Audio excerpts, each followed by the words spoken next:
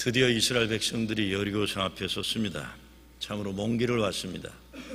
400여 년 노예 생활을 지나고 40여 년 광야 생활을 지나고 이제 요단강을 건너 어쩌면 가나안 땅으로 가야 하는 가장 어려운 전투를 앞에 두고 있는 것입니다. 오늘 1절 말씀에 보면 여리고는 굳게 닫혔고라고 했습니다. 열리지 않을 거다, 열리기 어렵다, 이런 현실을 암시해 주고 있는 것입니다. 근데 하나님이 여리고성을 무너뜨릴 전략을 여호수아에게 제시하고 계십니다. 여리고성을 온 백성이 함께 돌라고 명령하십니다. 성을 도는데 법칙이 있습니다. 첫째, 하루에 한 바퀴씩만 돌아라. 둘째, 6일 동안은 하루에 한 바퀴를 돌고 7일째 되는 날에는 7바퀴를 돌아라. 그리고 도는 순서가 있습니다. 맨 앞에 무장한 군인들이 갑니다. 그 뒤에 제사장 7명의 나팔을 들고 갑니다. 그 뒤에 하나님의 언약궤 법궤가 따릅니다. 그리고 다시 군인들이 뒤를 따라갑니다. 6일 동안은 양각나팔을 들고만 다니고 불지 말아야 한다고 합니다. 7일째 되는 날에는 양각나팔을 불어야 하는데, 그러나 마지막 바퀴를 돌 때는 길게 불어야 한다. 그때 백성들은 모두 큰 소리를 한 목소리가 되어 외치라. 그러면 여리고성이 무너져 내릴 것이라고 하나님은 말씀하십니다. 이스라엘 백성들은 하나님 말씀이니까 그렇다 하지만 반대편에 있는 여리고성 꼭대기에 이스라엘 백성들을 내려다보고 있는 여리고 군사들은 무슨 생각을 했을까요?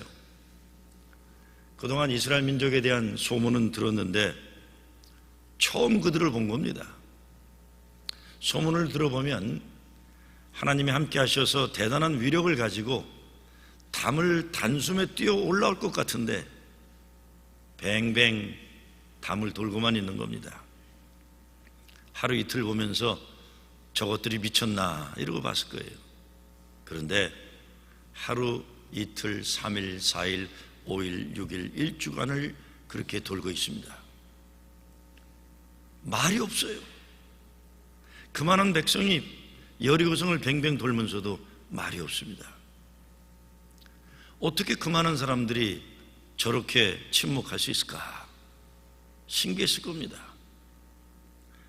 그런데 소리를 지를 때는 모두 한 목소리로 함성을 지르니까 세상이 떠날 것 같은 엄청난 폭탄 소리가 들려왔을 거예요.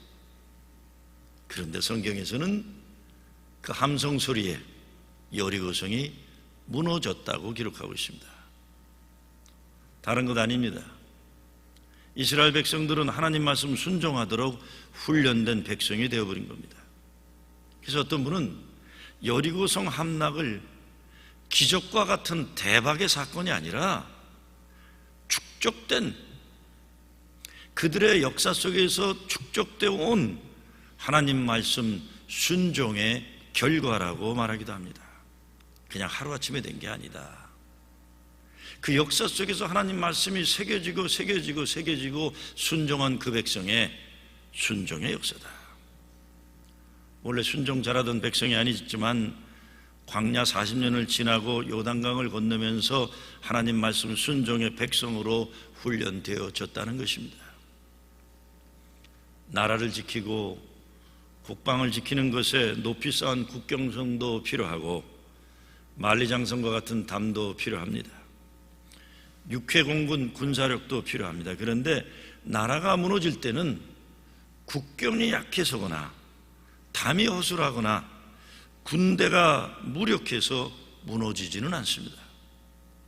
그 나라 그 국민들의 정신이 잘못되고 지도자들의 생각이 삐뚤어졌고 나라를 버텨주는 그 민족의 가치관이 무너질 때 망하는 것이. 거꾸로 이스라엘 백성들은 지켜야 할 나라와 국경은 없었지만 하나님 말씀에 순종하면서 하나님 약속의 땅으로 나아가고 있는 것입니다. 여리고 성보다 더 대단하고 위대한 성이 있다면 중국의 만리장성일 겁니다. 중국은 만리장성을 쌓으면서 외적이 절대로 뚫을 수 없는 방어벽을 세운 겁니다. 기어오를 수 없을 만큼 높고 무너뜨릴 수 없을 만큼 두껍고 돌아서 갈 수 없을 만큼 3,000km가 넘는 긴 성벽이라고 했습니다. 그런데 만리장성이 세워진 이후에 100년 동안 3번이나 외적으로부터 침입을 당합니다. 벽이 문제서가 아닙니다. 아무도 성벽을 기어오르지 않았습니다. 무너뜨리지도 않았습니다. 돌아가지도 않았습니다. 근데 장벽이 뚫렸습니다. 장벽이 뚫린 이유는 만리장성을 지키는 문지기에게 뇌물을 주었고 그 뇌물을 받은 문지기들이 문을 열어주어서 적군들이 당당하게 문을 열고 진군에 들어갔다는 것입니다. 그 성벽이 열린 것은 그 성을 지키는 사람들의 가치의 붕괴 때문에 일어난 것입니다. 오래전 제가 시카고에서 목회할 때 시카고 대학에 박사학위를 하러 온 부부가 있었습니다. 부부들 공부를 아주 잘하는 사람들이었습니다. 그런데 여름방학을 이용해서 돈을 좀 벌겠다고 흑인 동네에 가서 가발 장사를 했습니다. 당시만 해도 가발 장사하면 돈을 많이 벌었는데 그분들 말 표현에 의하면 밤에 잘 때 침대에서 돈을 세다가 피곤해서 잠이 들었다 이렇게 얘기를 합니다. 그래서 박사학위를 그만뒀습니다. 수영장에 있는 집을 샀습니다. 남들이 다 타고 싶어하는 자동차를 타고 다녔습니다. 그런데 나중에 망했습니다. 망한 다음에 부인이 저를 찾아와서 통곡을 하며 울고 하는 말이, 목사님, 우리가 장사를 잘못해서 망했으면 이렇게 억울하지 않습니다. 장사를 못한 게 아닙니다. 매일 밤 그 망할 놈이 수천 불씩 술집에다 박아 쳐놓은 것을 제가 감쪽같이 몰랐습니다. 이 여자가 말하는 망할 놈이 누구겠습니까? 남편 놈이에요. 장사가 잘 되니까 남편이 술집 자주 드나들고 나중에는 술집 여가씨와 살림 차리고, 그래서 장사에는 관심이 없고 있는 돈 없는 돈 다 허랑방탕하게 낭비한 겁니다. 절대로 돈 벌으면 남편만 잘 살게 하지 말고 여자분들은 치장하시고 좋은 옷 입으시고, 더 이상 얘기하면 또 남자들이 시험 들겠지만 이런 일 없게 하세요. 이런 일 없게 하세요. 가치가 붕괴된 거예요. 가정에 가치의 붕괴가 무서운 겁니다. 우리가 계속 여호수아를 공부하고 있는 것은 우리도 가나안 약속의 땅을 들어가야 되는데, 여러분, 가나안 땅을 정복했다 하지만 가나안 땅에 들어가게 하신 하나님의 목적을 상실한다면 그 땅은 축복의 땅이 아니라 저주의 땅이 되는 겁니다.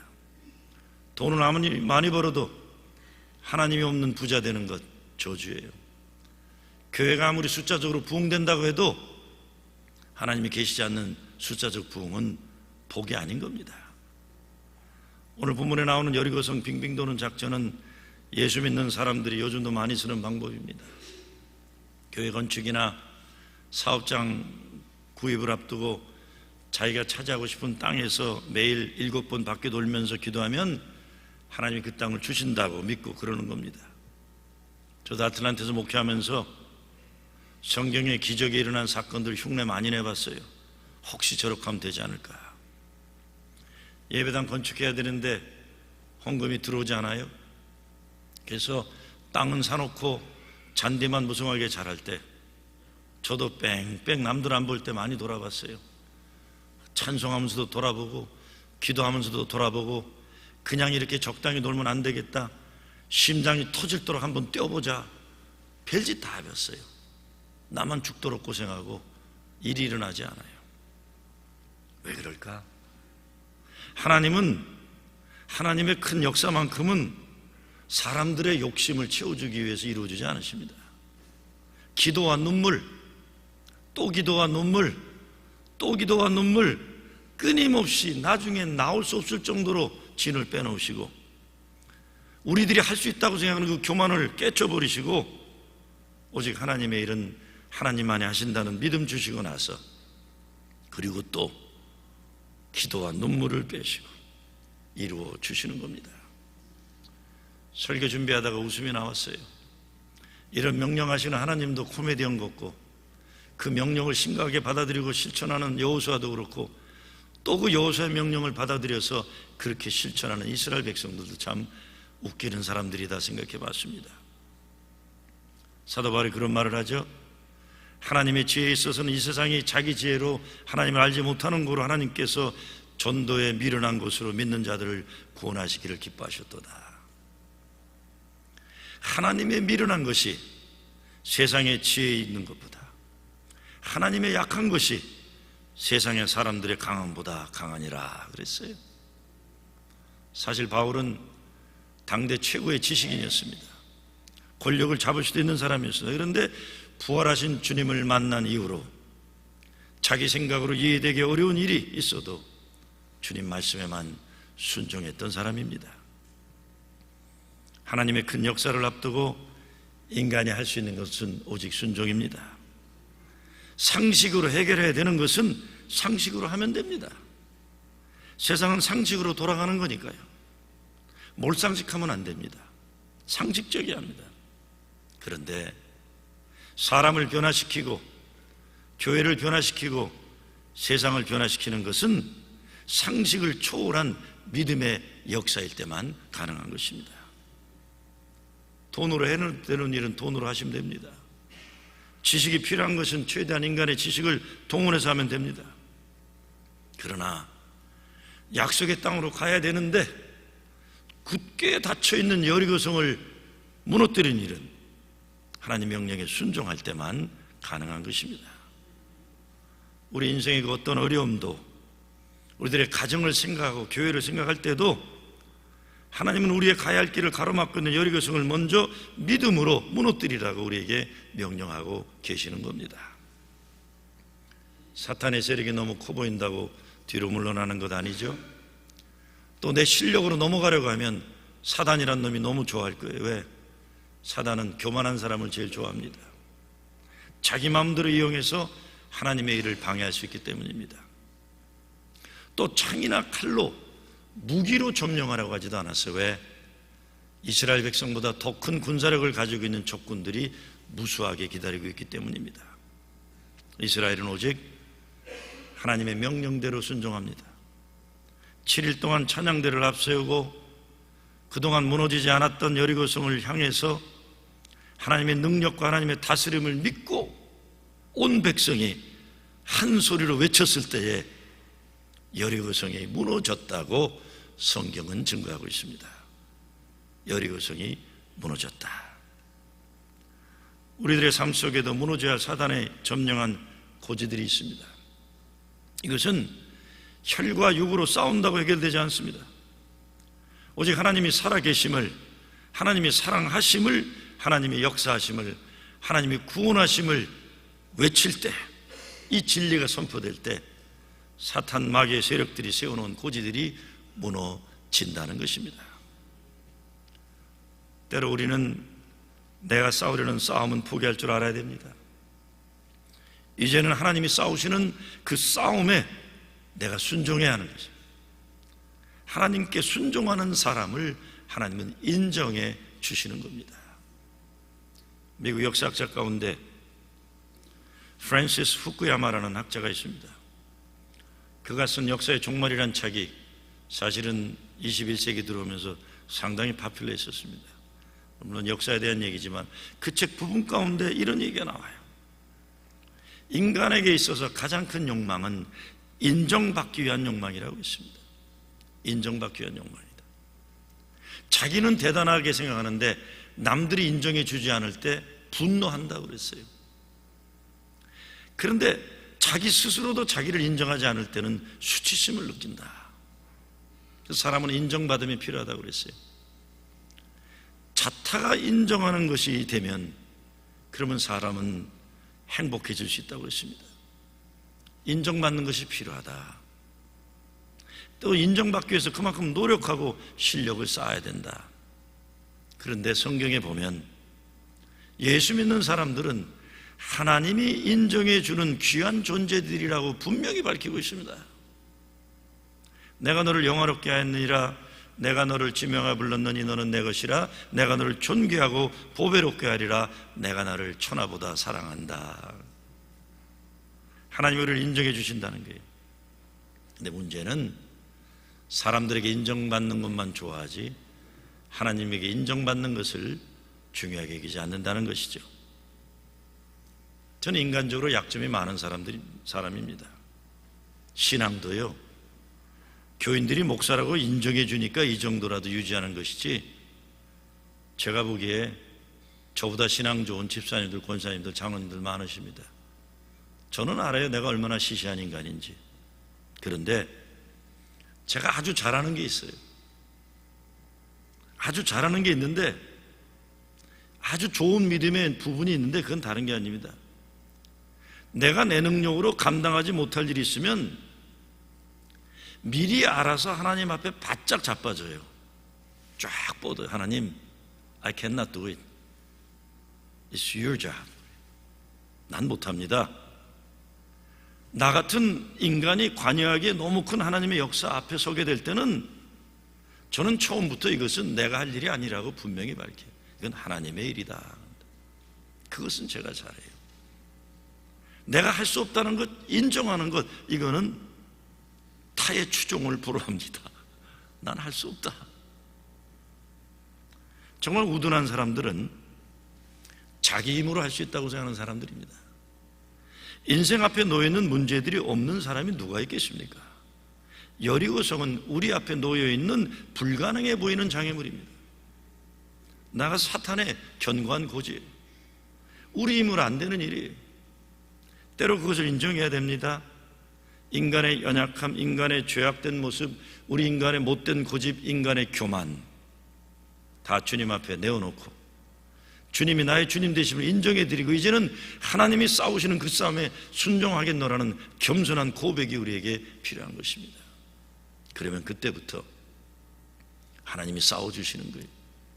나를 붙잡아 주시고 부족하지만 하나님의 도구로 사용해 주시는 것입니다. 여러분 잘 아시는 오프라 윈프리가 있죠. 아마 세상에서 가장 영향력 있는 여성일 거예요. 수많은 사람들에게 꿈을 주고 희망을 주는 그런 여성입니다. 근데 그가 그렇게 훌륭한 인간이 되기까지는 그 인생길에서 수많은 여리고성을 지나가지 않으면 안 되었기 때문이라고 했습니다. 미국 가난한 시골에서 태어나고 사생아로 태어납니다. 어머니는 파출부로 어렵게 살았습니다. 9살 때부터 일가 친척들에게 성폭력을 당하는 인생의 아픔을 경험했습니다. 14살 때 아이를 낳았는데 몇 달 만에 죽고 말았습니다. 마약에 빠졌고 비만으로 인한 괴로움 가운데 인생을 포기하려던 때가 많았어요. 그런데 그녀가 쓴 자서전에 보면 어떻게 그런 악조건을 뚫고 극복했는가. 오프라 윈프리는 성경을 읽으면서 모세를 생각했다고 했습니다. 모세가 중년기에 가장 열악한 인생의 어두운 현실 가운데서 하나님의 꺼지지 않는 떨기나 앞에 서면서 자기가 경험했던 모든 부정적인 아픔들, 고난의 현실들을 하나님이 사명으로 주셨다는 걸 보고는 나도 이제는 내 인생의 고난과 고통의 현실을 하나님이 주신 사명으로 여기리라 생각한 거예요. 그가 쓴 책의 이름이 이것이 사명이다라는 책입니다. 거기 4가지 사명을 얘기합니다. 첫째, 남보다 많이 가졌다는 것은 축복이 아니라 사명이다. 둘째, 남보다 내가 아픈 것이 많다면 그것은 고통이 아니라 사명이다. 셋째, 남보다 설레는 꿈이 있다면 그것은 망상이 아니라 사명이다. 넷째, 남보다 부담되는 일이 많다면 그것은 사명이다 그랬어요. 아픔도 사명이요, 재물의 복도 사명이요, 꿈도 사명이요, 부담스러운 인생의 어려움도 사명이다. 사명으로 받아들였다. 사도 바울이 고린도후서에 이렇게 말합니다. 우리가 육체에 있어 행하나 육체대로 싸우지 아니하노니 우리가 싸우는 병기는 육체에 속한 것이 아니요 오직 하나님 앞에서 견고한 진을 파하는 강력이라. 모든 이론을 파하며 하나님을 아는 것을 대적하여 높아진 것을 다 파하고 모든 생각을 사로잡아 그리스도에게 복종케 하니 그랬어요. 때로 이론으로 싸우고 때로 생각으로 살아갑니다. 그것도 하나님이 주신 선물입니다. 그러나 하나님 앞에서 견고한 진을 파하는 것은 그것들이 아니라는 것입니다. 그것들을 때로 모두 사로잡아 그리스도께 복종시켜야 된다. 이래서 자기 스스로 하는 것이 많은 사람들, 자기 스스로 남보다 의롭다고 생각하는 사람들, 나 혼자도 살아갈 수 있다고 자신만만한 사람들이 예수 믿기가 어려운 거예요. 견고한 자기의 교만함이 있기 때문에 그리스도께 복종되지 어렵기 때문에. 오늘 10절 말씀을 보면 여호수아가 그 백성들에게 행진은 하지만 외치지 말며 소리내어 말하지 말라고 합니다. 행진하는 동안은 침묵하라. 그리고 여호수아가 마지막 순간에 외치라는 명령을 하면 그때 큰 소리로 외치라고 하는 겁니다. 여리고성을 무너뜨려야 하는 하나님의 큰 역사 앞에서 사람들이 말에만 하면 안 되기 때문입니다. 여러분, 침묵이라는 것이 입만 열지 않는다고 침묵은 아닙니다. 입은 닫고 있지만 속으로 끊임없이 보채고 불평하고 시기 질투하면 이건 시끄러운 거예요. 진정한 침묵은 사람의 생각을 내려놓고 하나님의 뜻을 생각하는 것이 침묵이지, 입만 막았다고 침묵은 아닌 것입니다. 오늘 여리고성을 전투를 보면서 저도 제가 살아온 지난날 무너뜨려야 할 여리고성이 있었는데 말없이 하나님 말씀 순종하지 않고 잘난 체 하면서 말 많았던 시절이 후회되는 일들이 생각합니다. 저도 제가 잘났다고 생각했던 시절들, 그래서 말이 많았던 시절들이 있었습니다. 1980년대 중반 미국의 수도 워싱턴에서 6일간 단식 투쟁을 한 일이 있었어요. 군사 독재에 항거하는 북미주 성직자 단식대회가 열렸는데 주최 그룹이 이 뉴욕 사람들이었어요. 저는 그때 시카고 살면서 어린 사람이었지만 어른들이 오라 그러니까 비행기 탈 만한 돈은 없어서 기차를 타고 워싱턴까지 갔습니다. 나 같은 부족한 사람도 선배 어른들이 필요하다고 해서 우리 조국의 민주화를 해서 쓰임받게 됐구나. 흥분했어요. 금식했어요. 단식했어요. 그리고 매일 나가서 국무성과 백악관 앞에서 독재 타도를 외치고 민주화를 위해서 나는 살겠다. 하루 지나 이틀 지나 3일 지나는데 죽겠더라고요. 독재 타도도 중요하지만 또 국무성 가고 백악관 가서 데모할 생각하니까 아주 한심해요. 그런데 놀라운 걸 경험했습니다. 그것은 낮에는 민주화를 위해서 독재 타도를 외치며 국무성 앞에서 데모를 하고 저녁만 먹으면 목사들끼리 쌈박질 일어나는 거예요. 그 당시에 위원장이 뉴욕에 계시던, 지금은 은퇴하신 목사님인데 또 다른 뉴욕에 계시던 목사님이 주축이 되어서 한 그룹은 김대중 선생님 민통연합 그룹이고 한 그룹은 조금 작용화된 그룹인데 밤마다 싸워요. 밤마다. 나는 어른들 싸우는 거 바라보면서 대단하시다. 무슨 힘들이 저렇게 남아 넘치나 그랬어요. 낮에는 독재 타도 그러고 싸우고는 밥 먹고 우리끼리 금식 단식 투쟁하다가 우리끼리 싸우는 거예요. 우리끼리. 대단하다. 결국은 김대중 선생님 파했던 목사님이 사퇴하고 나가 버리셨어요. 그랬더니 밤새 또 토론하다가 아무 파에도 속하지 않은 제일 나이 어린 어리숙한 김종호라는 어린애가 임시위원장이 되었어요. 30 초반에 갑자기 독재 투쟁 미주 성직자 단식 투쟁 대회에 제가 위원장이 됐는데 참 한심하더라고요. 저는 그 이후에도 보수는 부패로 망하고 진보는 분열로 망한다는 말을 몸으로 많이 경험했어요.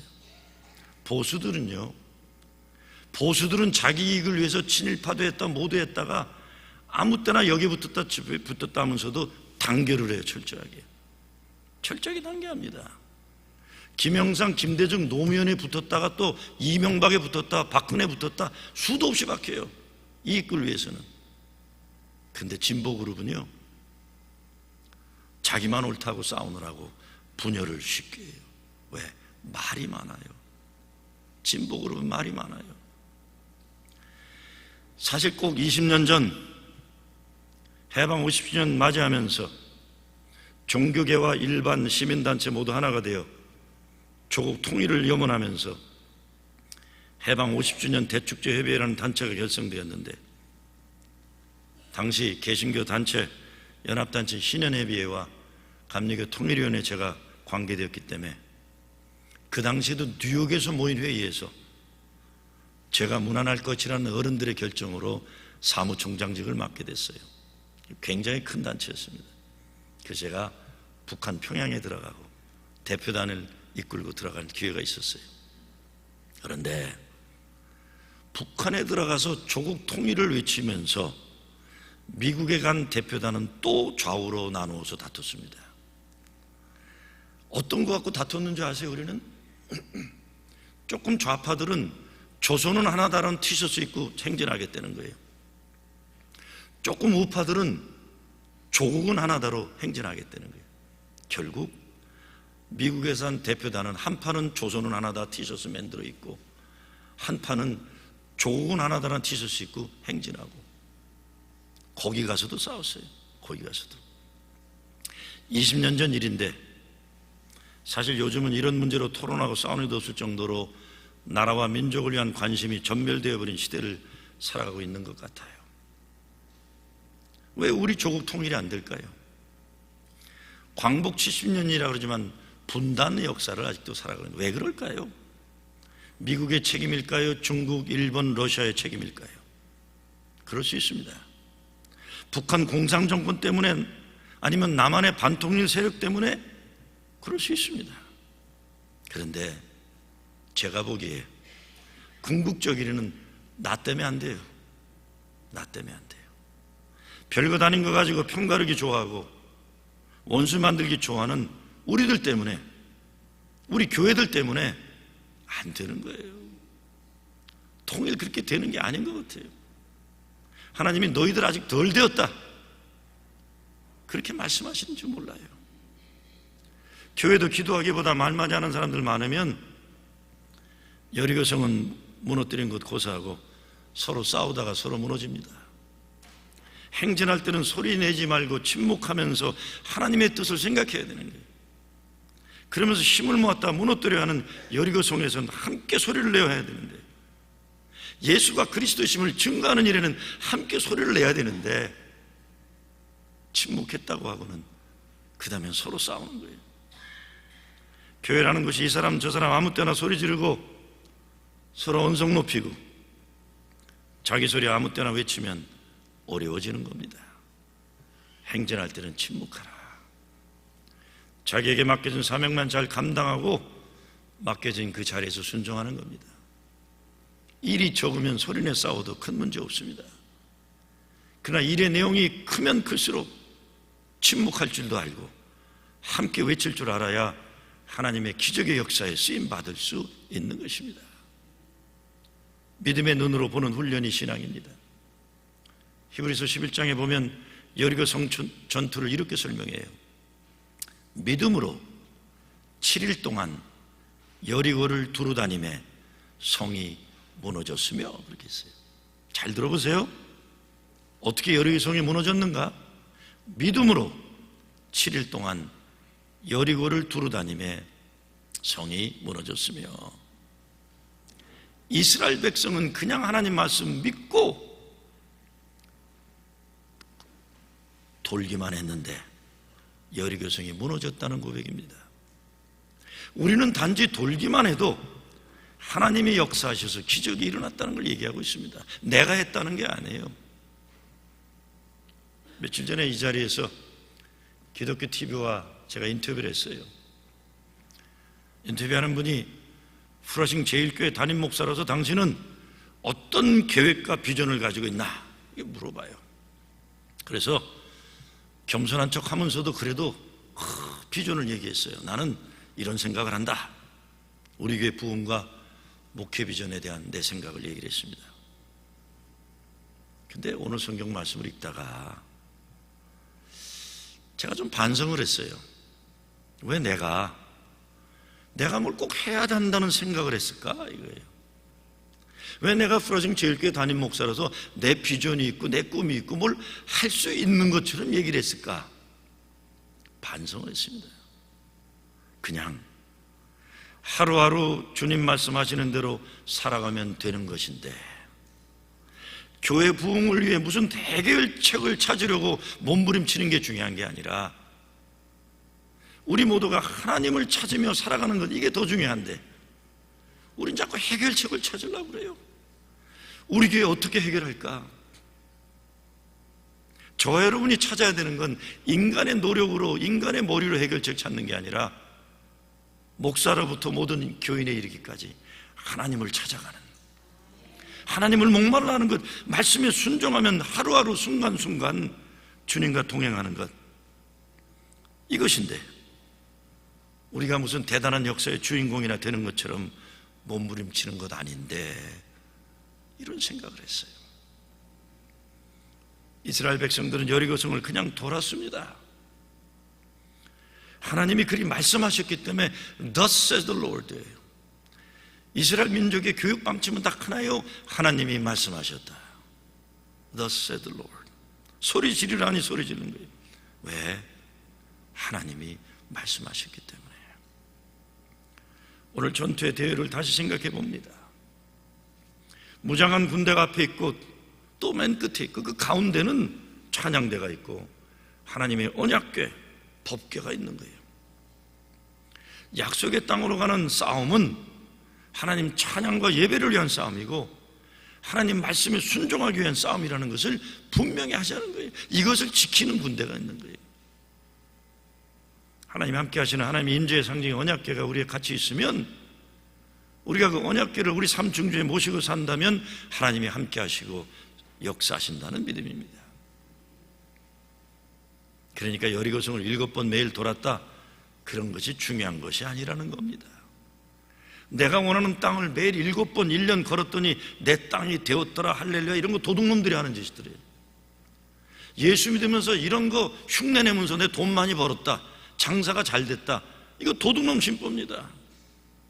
가끔 예수 믿는 사람들 자기 편리한 대로 자기 욕심 채우기 위해서 하나님 멋대로 이용하는데 그런 것 아니에요. 그 중심에 찬양이 있고 그 중심에 하나님 함께 하심의 상징인 언약궤를 모시고 말씀에 순종할 때 하나님이 기적을 이루어주셨더라 이겁니다.